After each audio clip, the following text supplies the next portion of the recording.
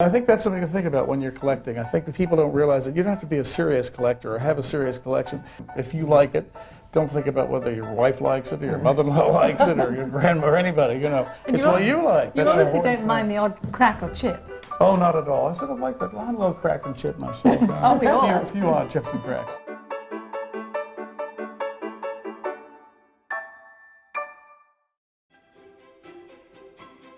Mario Buatta was one of the most talented interior decorators in America for the last half of the 20th century. A Mario Buatta interior is joyous, colorful, and full of pattern and layered with items that reflect the personality of their owner. He was a master colorist, so that is a huge part of his vocabulary and his interiors. He also had an incredible understanding of scale and proportion. So they're often classical architecture, moldings. He loved to put pediments over doors. He loved to turn a room into a garden, and so he'd have porcelain, vegetable tureens everywhere, and hand-painted silk cushions, and of course flowered chintz. He wanted to make his clients look beautiful and to create a backdrop for their lives.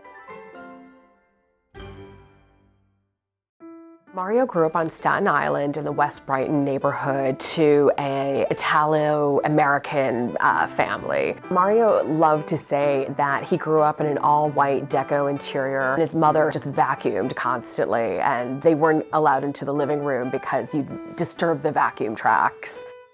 And he would call it a dead room. And so he, I think, rebelled against that and wanted something much more maximalist and layered. His mother's sister, Aunt Mary, who lived a block away, was constantly decorating, and she would have an Asian-themed living room, and then she'd change it up for a Georgian theme. And so she was the person that he looked to, and I think he probably would never become a decorator or even knew that was something he could do without her.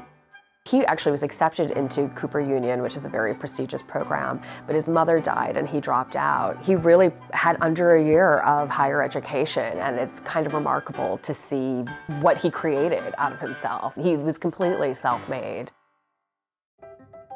After Mario's mother died and he dropped out of Cooper Union, he started working at the department store B. Altman in New York City in the home furnishings department.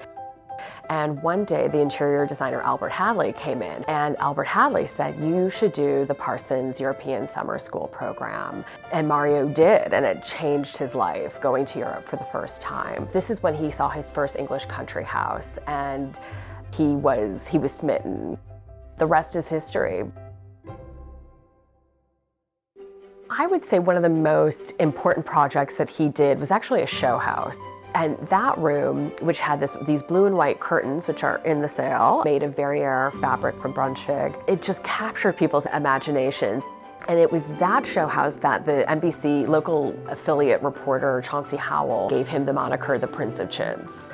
And of course, like 3 weeks later, Mario's all over town in chintz suits and chintz cowboy hats and running with it.